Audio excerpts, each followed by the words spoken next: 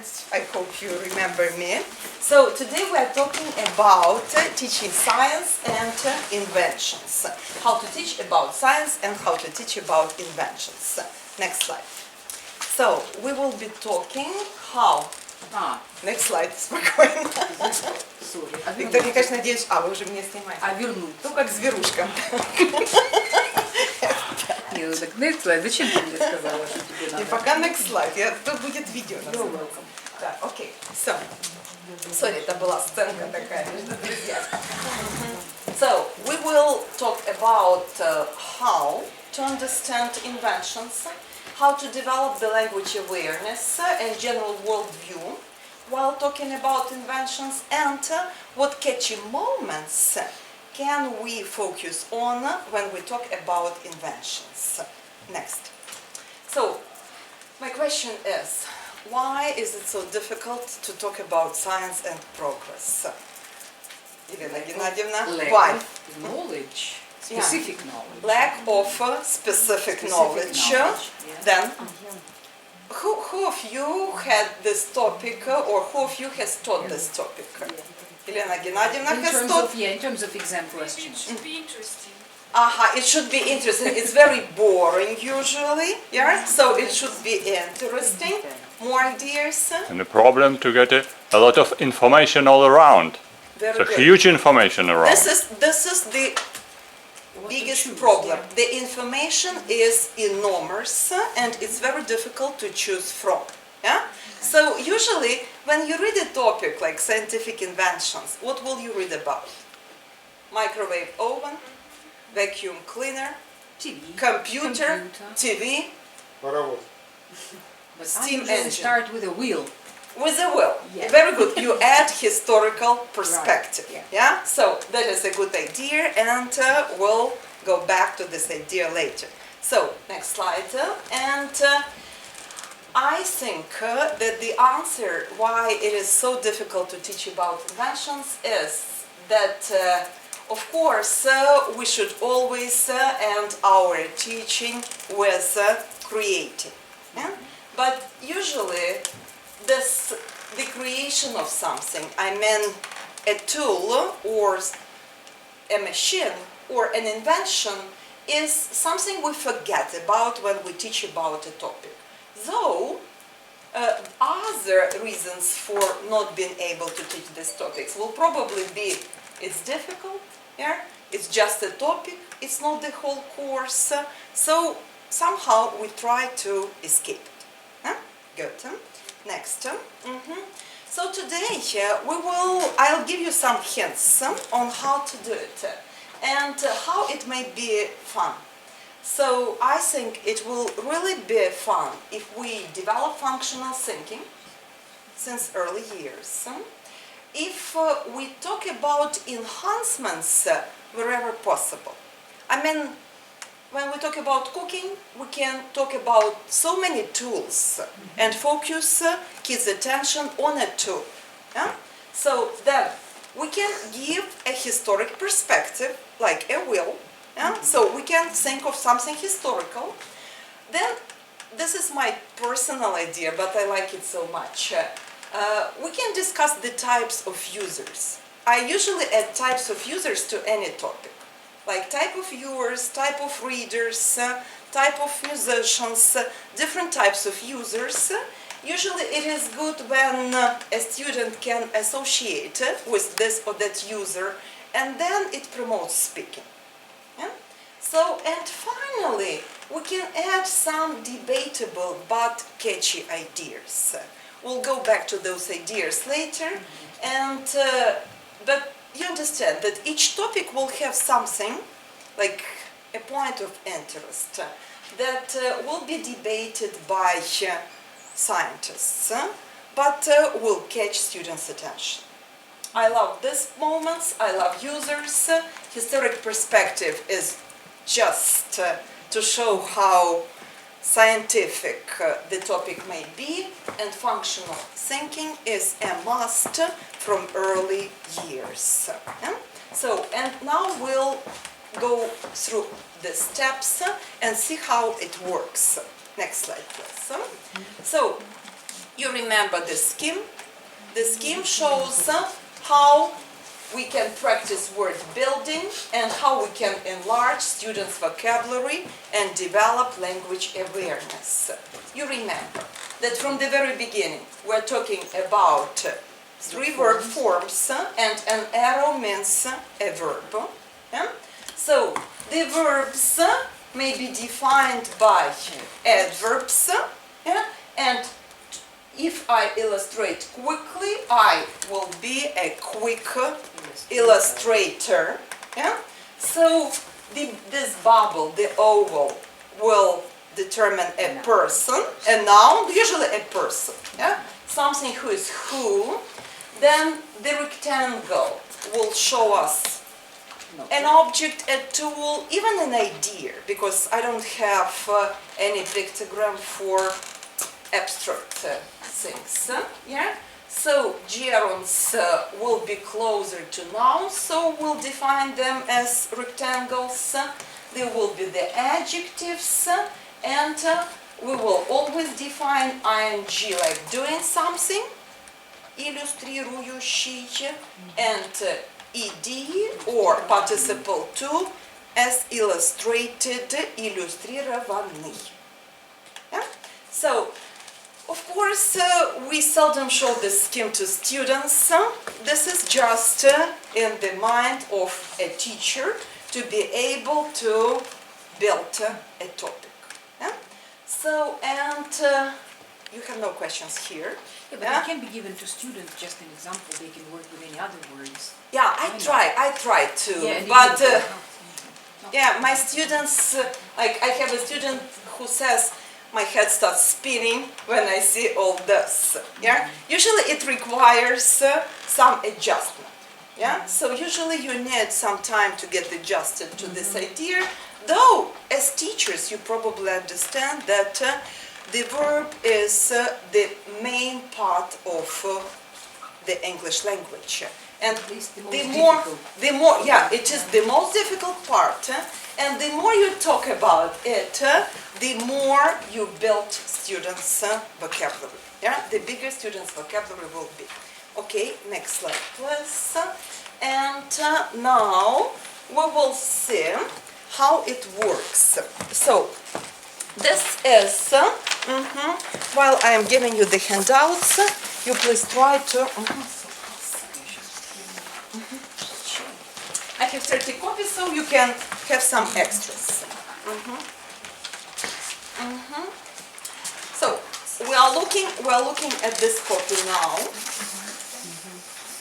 and this is the so-called speaking map for the students of the 4th grade, the 4th or the 5th grade, who are learning the topic food and who will be talking about a recipe.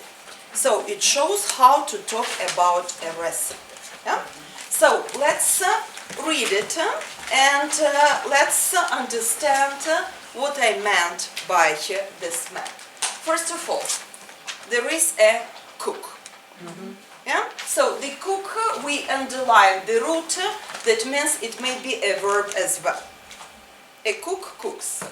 But in our case, the cook needs ingredients. Yeah?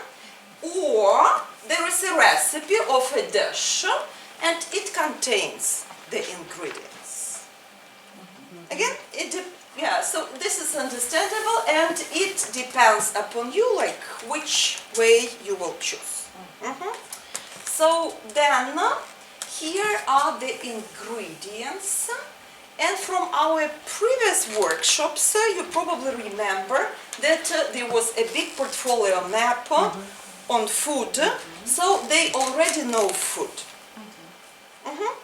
My question is, why is it so difficult for kids to speak about recipes? Like usually, even if they cook, what is the main difficulty? They need verbs. They do need verbs, but mostly when they make a project, they usually Google it.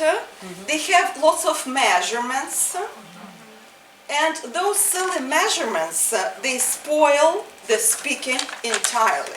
When they start adding 2 spoons of and so sprinkle and so on, that is where the speaking ends, the project starts, but actually it's very boring. Yeah? So, in my case, the kids know the words of cooking, the kitchen verbs or the words for cooking.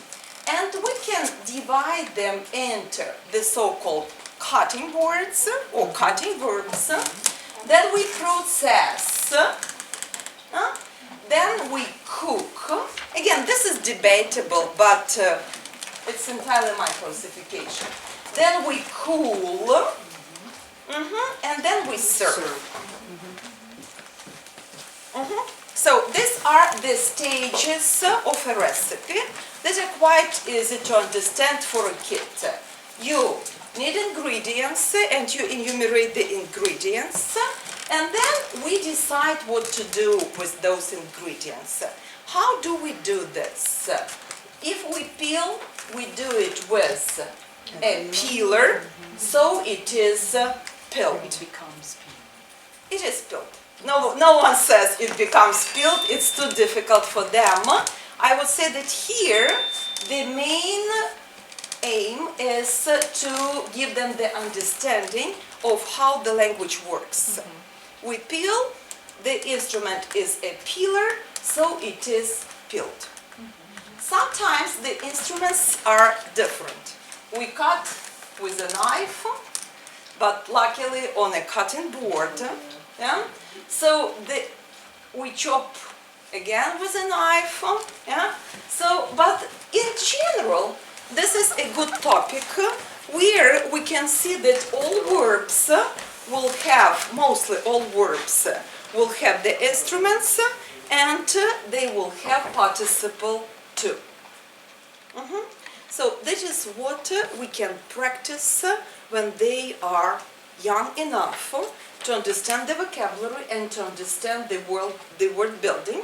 And again, when they are not mature enough to talk about measurements and real recipes.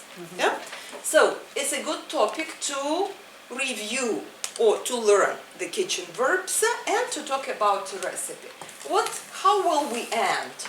We'll say that it is served hot, or I serve it, the cook serves it hot, in a cup with something, or on a plate with, and choose a spoon. So, I made this scheme maybe a month ago, and it was developing in me for a long time. And then I started watching the kids, and it was interesting for me how they can understand it. Yeah? So mostly they were doing quite okay. And one girl just surprised me. I have a video. Okay. How she's following the scheme. Because for me it was interesting how it works. Okay, so this is maybe the 4th class when they are talking about recipes, and she has produced her own recipe, but she didn't write about it, she didn't learn it by heart. The task was just to make your own recipe. Okay? I did something. So maybe I cannot see the so triangle. here. Here it is. I want to describe fruit salad. Cook needs ingredients. Firstly, I cut fruit. Secondly, I process cook salad. Thirdly, I cook salad. Finally, I serve salad. Firstly, I peel apple, banana, orange, kiwi and watermelon with peeler, so they are peeled. Next, I dice apple, banana, orange, kiwi and watermelon with a knife, so they are cut. Next, I add yogurt in a spoon, so it is added. Next, I cool salad. on fridge, so it is cool. Finally, I serve salad cool in bowl with dessert fork. Enjoy your meal. You can imagine, I want yeah, to you describe can, group chat. so, Food needs we won't watch it again, yeah. So, but you see that she still has lots of mistakes, yeah? No articles and so on. That means that she is reading her own recipe just as she composed it at home. And she's one out of not so many who was able to get what I wanted. The rest were able to get it with some training. But Yulia, so her name is Yulia, she's perfect. Like, I mean, when I saw how she was doing it, I was greatly surprised. What she got from this? She already understands, yeah, so the succession of it. So firstly, secondly, thirdly. She understands all this, finally, next, and so on, but they keep practicing it. And for me, the main thing was that she understood the instrument and the adjective. Of course, my dream was that they would be able to say, then we take peeled apples and add, and too much. Maybe next year, maybe when they talk about this recipe in a year. But what did they do here? They, first of all, developed their language awareness, the word building, yeah? And they also learned about the enhancements. They learned about the tools, how the tools are made and what those tools are making. Yeah? So, what is the job that the tools make? Questions? How to get back. You want to get back? Ah, how to get back? Okay, now we will get back. I don't know how to get back. Правая кнопка. Да. Ага. Там все сложно. Okay, and now F5. Да? Я понял. No? Okay, go. Окей. Нет, наоборот. Ой. No. Сейчас, секунду. А теперь. Все будет назад. So we may stay here. Yeah? So that is what I wanted to revise. Yeah? So again, the verbs, we don't need this anymore. Like we don't need to focus on food because we have already focused on it. The tools and the participle too. So there are lots of topics that may be done the same way. So cooking is number one. Then house chores, obviously. I vacuum with a vacuum cleaner, so it is vacuumed. Lots of services. Yeah? So computer, we'll talk about the computer today. Many topics, not all of them. But those which contain instruments and actions with them will definitely be learned or studied this way. Questions? No. Okay, good. So, next, we may talk about enhancements. This is a part of the topic music, and tell me what it includes. It tells us about musicians, and again, most musical instruments, they are, so it's difficult to learn them, and actually no one will learn them by heart. But the fun is to trace how the instrument gives the name for a musician. The musician acts, yeah? So, and those instruments are enhanced by traditional and modern tools or enhancements. Again, traditional would be a reed or keys, modern amplifiers that amplify the sound. Yeah? The reed vibrates and gives vibrations. So enhancements are always fun, but they are fun when you talk about them as a part of a topic and not as a separate topic itself. Yeah? if you develop this functional thinking all the time, like what does a trumpetist do? Yeah? A trumpetist blows the trumpet. Yeah? So, and with the help of what? So he presses the keys open and close tone holes, and so on and so forth. It's quite dull, so probably it can't be taught all the time. If you teach it like through the whole course, from time to time, then they get the understanding of the verbs, the instruments, enhancements, which is not a favorite word of any kid, of course, and so many other things. But it is just a part of the whole, of the big idea. Yeah? We talk about enhancements all the time. Next. Enhancements, so first, word families, second, enhancements, and third, perspective. You remember the scheme of any topic, and when talking about science, of course, it is good to add some history. So what kind of history can we add when we talk about science? In prehistoric times. Yeah, we can talk about prehistoric times and historic times. Again, boring, but if you just have a bit of it. Yeah? Like Industrial Revolution. Industrial Revolution. Perfect. How the scientists came up with this idea to invent something, maybe. If we talk about the invention, Yes. but in general, like we should give them the general ideas all the time. Industrial Revolution, perfect. Yeah. So then, Why do people invent things? maybe, but I would give those catchy moments like prehistory and history, Industrial Revolution, yeah, post-industrial time, yeah, so that they always had the same idea in a brain. Industrial Revolution, Digital Revolution, Smartphone Revolution divides people. When people are divided, some become natives, some remain immigrants. So the division means that you are natives and immigrants, and you keep talking about the same, and so many topics will have the same idea. You'll see now. Okay, so next.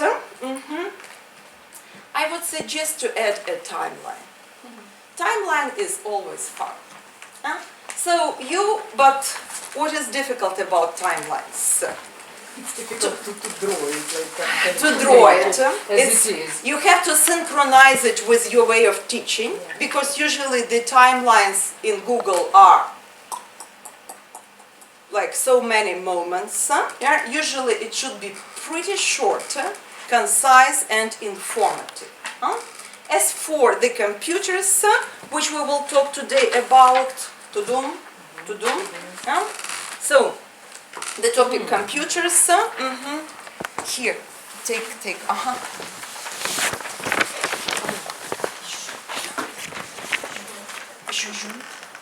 So the topic computers, of course you understand that computers will have a huge timeline, yeah?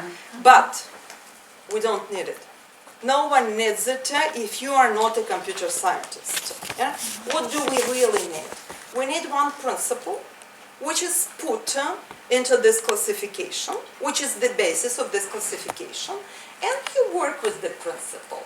For example, when kids are, so from early age, we teach them that there are some kinds of computers. There is a supercomputer, there is a big computer used for weather forecasting, for different kinds of forecast. Personal computer or desktop. It's always good if you see the word top, yeah? So you usually can emphasize different tops. Personal computer will be a desktop, that will be, notebook will be a laptop, tablet will be a palm top, and that's it. Yeah. So again, maybe these are not the most accurate terms, but they recycle this size. So, okay, but we're not talking about computers now. We're talking about the timeline, which is the principle that is the basis of this timeline. Change. So first, Yeah, but mechanical devices to calculate digits. Then, electromechanical devices. Then, machines using transistors. Then, machines using silicon microprocessors. And finally, machines based on DNA. What is the principle? No, no, no, no, no. The principle is here, okay, but what is the principle? like change, come on. It's a change, but still there is one principle. Maybe progress. Of course it's a progress, sure, but what is the principle? Come on. So again, mechanical, electro, transistors, silicon microprocessors, and The DNA. main device in it, let Very us good. say. So, what is the basis of this? Yeah, what they work at. And if you if to talk about bigger pictures, they will know about different stages of human development and so on. But I won't. I thought of telling you about this, but I thought that would be too much for today. Yeah. But here the principle is that when it's mechanical, probably it was before electricity was invented.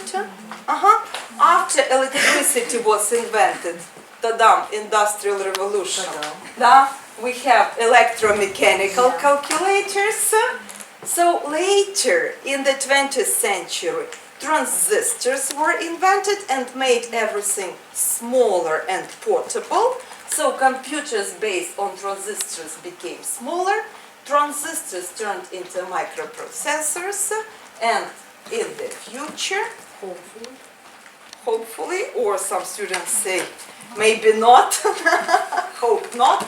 So machines will be based on DNA. Yeah, so and become part of ourselves. Funny, but only for boys. Yeah, and only for some of them.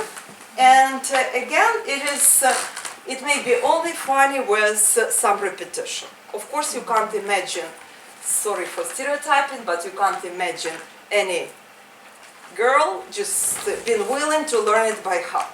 Yeah? But the same timeline will be when we talk about radio development, when we talk, so many timelines will be based on the same transport development, they will be based on the same principle.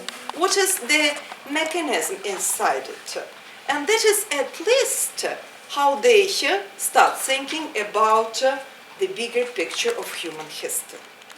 I told you already that so many kids tell, we learn more at English than at school. Though I'm sure that they are given more at school. But as it is so cluttered and there is so much information, they are not able to pick out a very simple moment of it. Yeah? So usually I pick up the simplest moments, and those which have any principle. Okay, now a catchy moment. Here we have a catchy moment. Silicon microprocessors started the digital age. And you know that we may talk about different ages. Industrial age, pre-industrial age, digital age, again, smartphone age. Any kind of age is fun, very debatable, but you are not at the scientific conference. Yeah? You are just learning English. So, and it meant the digital divide. Divide is a very favorite, if I can say so, word of so many sociologists. They're constantly talking about different divides. Like as soon as I learned about digital divide, I started noticing divides everywhere. Very soon I learned about smartphone divide. I am a smartphone immigrant because I still, so I still write messages with my index finger and not with my thumb. Yeah, and so many divides, there are many divides. And this is what I meant a catchy topic. Yeah? It is debatable, but it is fun for the kids to learn that they are different from their parents. and to compare. And there are lots of categories if we can talk about it. Yeah? So, this is already science. This is already an invention. Timeline, to make the bigger picture, to give the bigger picture. Yeah? So, two types of users, immigrants and natives, divide a debatable topic. Yeah? So no one, because many years ago, like in 2012, I was in Oxford, and they said that it's not accurate to talk about digital divide, because those people who were considered to be digital immigrants now are quick enough to become digital natives.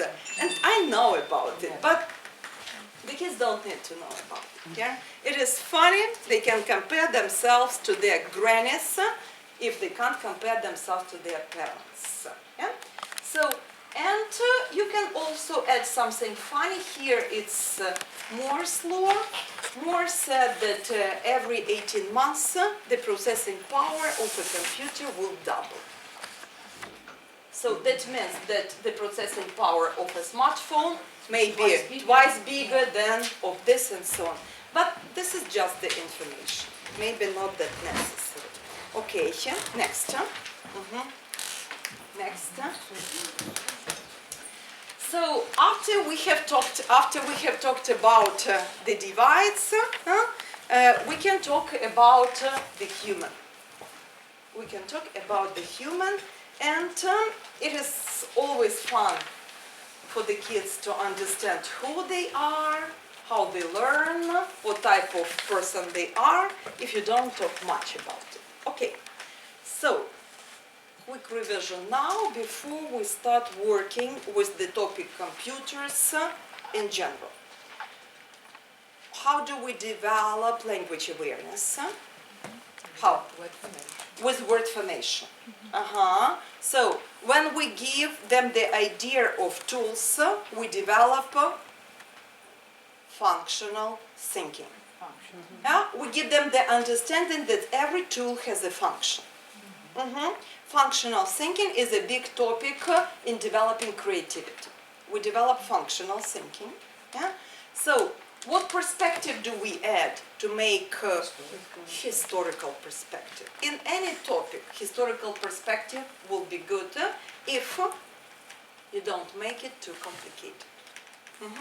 We suggest very simple history, prehistory, Middle Ages or ancient Rome, yeah? So classical period, Middle Ages, Renaissance or Renaissance as you like it, and so on. Very simple division, but all the time. This. It is good when you teach about art. It is good when you teach about music. It will be very, very good when you teach about museums and preserving heritage. Yeah? So history is fun, but if you don't teach it much. Yeah? So you add historical perspective, then you think of a human, you think of a human, how humans do it, what types of humans, the users. Usually I like to talk about the users. So humans, and finally, divide. What was the divide? No, I mean, what is it? The funny topic. Yeah? So the catchy topic. The idea that is not very scientifically proved, but is fun. Yeah? So, okay, good. Next.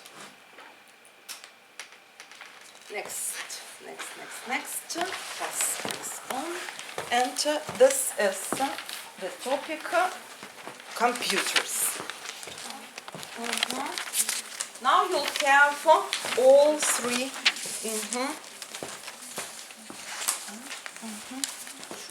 Is it the same? No, it's not the same. No. So,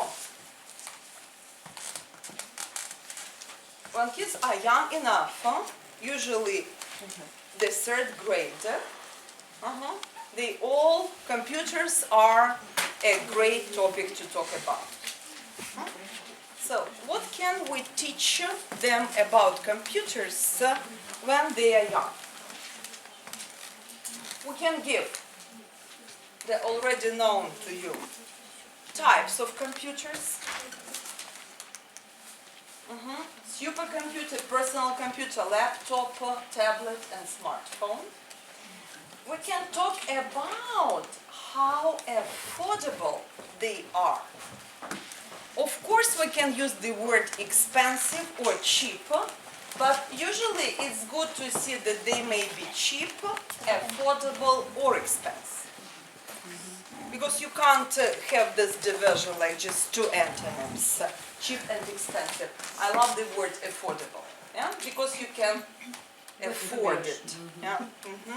Okay. So this size, then size brings us to the weight and portability. The computer may be portable and non-portable if it's a desk computer, if it's a desktop. So, and the users will use computer for work or for pleasure. And the computers, those computers, they will have input devices, processor, output devices, and storage devices. Where to store? Okay, ask me a question. What questions will kids ask when they talk about their computer? First question. What type is it? Is your computer? Now, what type is your computer? My computer is a supercomputer. Next question. How expensive is it? Or how affordable is it? They all know the word affordable. How affordable is it? Then, what size is it? Then, how portable is it? Or how heavy is it?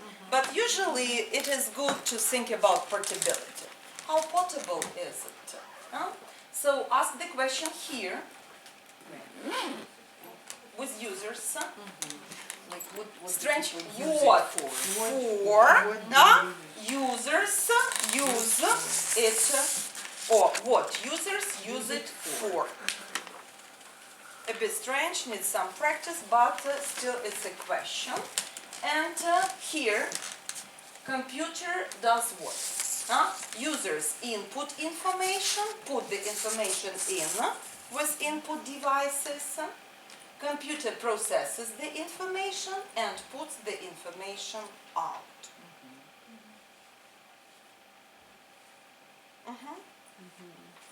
Yeah? So, And there is one more ware missing. So there is hardware, there is software, and there is wetware, because without a person, it will never work. too much. They are here. When they learn this, they are usually in the third grade. This is usually the information for the third graders, and that is when people usually learn only the words a mouse, a keyboard, and so on. It is very good to give them the verbs and the speaking. This is how the questions are made, and that is how they can ask each other about their computers and talk about the computer. Yeah? So, the third grade, they do this. Next, third or fourth. Yeah? Next year, they will be talking about, so they still are using this, and this is to describe a computer, but we already shift focus to users. Meaning that we can learn more so-called computer verbs. What the computer verbs are? Again, they are connected with computer nouns, obviously. Yeah? So, all these users I define myself, and the definition of users is mainly based on what vocabulary we have. What is the vocabulary? The users are The users are, I'll give mine later, yeah? The users are the worker. The worker obviously works with the computer. There were 30 copies, so there has to be more. And PowerPoint presentations. For this, the worker creates and deletes files, saves or undoes changes, highlights texts, and so on and so forth. This is what a worker does, or does so. So there will be a social networker. A social networker will work with social networks. For this, he or she will create an account, add or different people, upload and share pictures, comment on the news, and write posts. Again, the verbs may be used with different nouns, not with one noun only. The gamer will choose a character, set difficulty, develop tactics, save progress, and walk through the game. And a nerd, or so many kids tell me it's not a nerd, it's a, which is another word. It's a geek. But it's a geek, I know the word geek, but I consulted the dictionaries. They say that the nerd is a person who is a programmer, and a geek is more a person who is keen on computers. Yeah, so more a user. So I chosen a nerd here, but you can write geek just above. Yeah, so here writes or he deals with software and hardware, and obviously he's a wetware, yeah? So he chooses a language, writes a code, tests, so finds and runs. And that will be the map that will go together with a speaking card.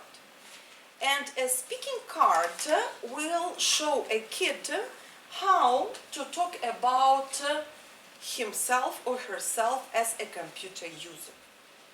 The kid will say, I want to describe how I use my laptop by such categories as type, purpose, time, main activity, actions, emotions, and so on. I consider myself of course everyone considers himself or herself a worker. Yeah, I consider myself a worker because I need the computer to create documents. Yeah? I usually spend, of course, 1 hour at my computer. What do? I create documents such as Microsoft Word, for example. For this, I save, paste, undo, crop, add, and so on.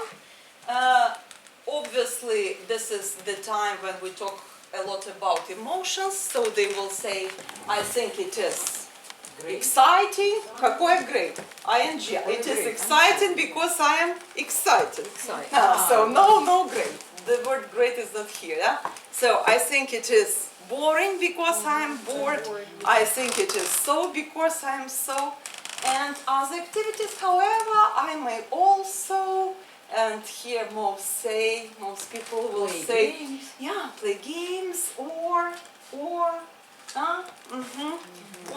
what? Use social nets. For this, I think this is, and so many kids, this is stupid, of course. It is, I love that everyone wants to know about different types of people, but most kids position themselves as very mindful, very well educated. When we were talking about healthy lifestyle, there was not a kid who would say, I love eating chocolate or sweets. No, everyone is a mindful eater, of course. The same is here. It is really funny because you understand that especially boys spend lots of time at the computer, but I visited a couple of classes, I attended a couple of classes when they were talking about computer using. Most of them are, of course, mindful users who only create documents and crop and paste the text. Yeah, it is funny because reality is different, but still here you may even give them the roles. If you see that everyone is a worker, so then assume some roles to them and make somebody either a nerd or a gamer. Of course, there are no gamers, but make somebody a gamer. Yeah? So these are the topics that are good for the kids of the 4th, the 6th grade. Yeah? So, and to these words, we will later add some phrasal verbs, because there are lots of phrasal verbs in using computers. But for a certain period, we will be talking mostly about the device and the user. Yeah? So, and then a time will come, next slide please, when we'll talk about the whole topic, which is called, let's call it computers in modern age. Yeah? So this topic is already for the older kids, usually the 9th grade and above, and it involves not only the types of users, and you see that those types of users, they're not that simple as a worker, a gamer, and a social networker. Those types of users will be defined by the digital divide. They will have the categories according to which we can compare them. Yeah? So, category number 1, were born before the digital age started, were born after the digital age, time of birth, when they were born. Category number 2, get information from traditional websites, multimedia oriented, how people get information. So the logical learners and intuitive learners, how you learn, task focusing at tasks, focusing at one task at a time, and multitasking or rapidly task switching. Talking in person, talking, you know, texting. I was explaining this to one of my teachers, and she said, you know, I was born in 1984, but I consider myself a digital immigrant, because all these characteristics are about me.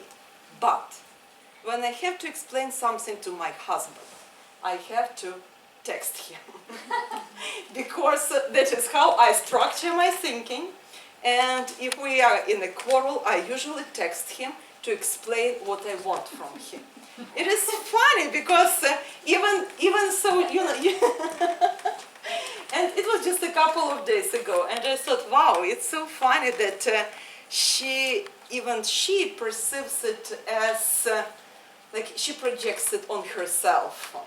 Yeah, so she has to teach it.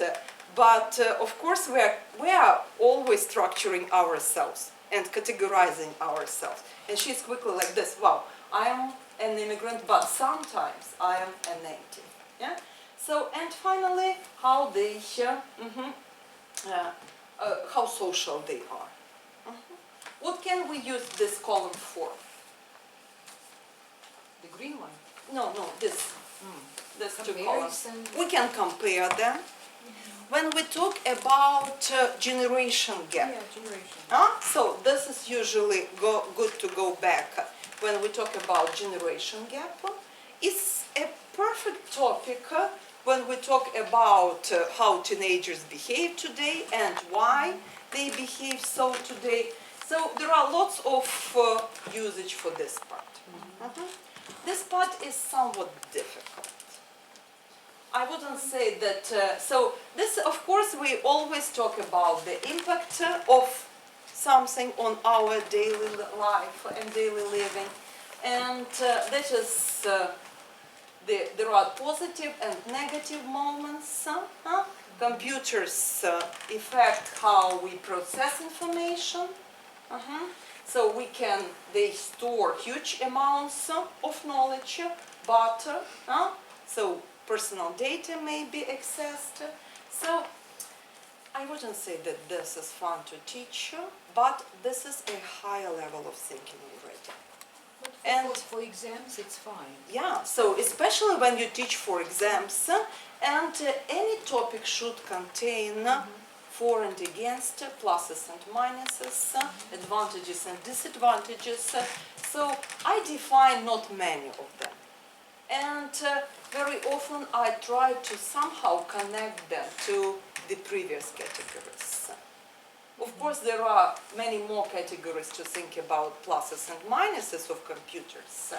Like having problems with eyes, I would tell much more, yeah? But no one needs to discuss health problems here, at least some of them, and at least the categories. Yeah?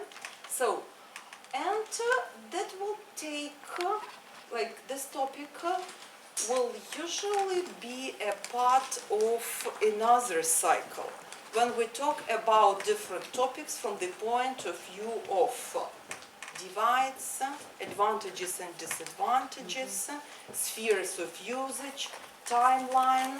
So if you compare this map to these two maps, you will understand that this is just the different levels of learning.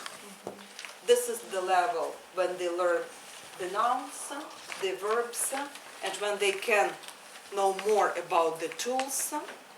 And this is the abstract level when they have the whole picture of a topic. But again, very often you can catch your student on not knowing what is the English for relative study. No? So this easy things, no? So this easy topics can be usually accessed, and we can go back to them even at this stage. If we need. Okay, so next. Questions here? No questions. Now inventions. Inventions. I told that we would be talking about inventions. I was afraid to start talking about them at once. Elena Gennadievna understands that this is not Not that simple. not that simple. Not that simple. Yeah. So, and we'll have two types of speaking here. So, usually we speak about inventions not from the very beginning. Yeah? To talk about any invention, you probably have to have a kind of a background. So, firstly, look at your maps. Look at the maps that you have in your hands. They do have a timeline. And I did take this timeline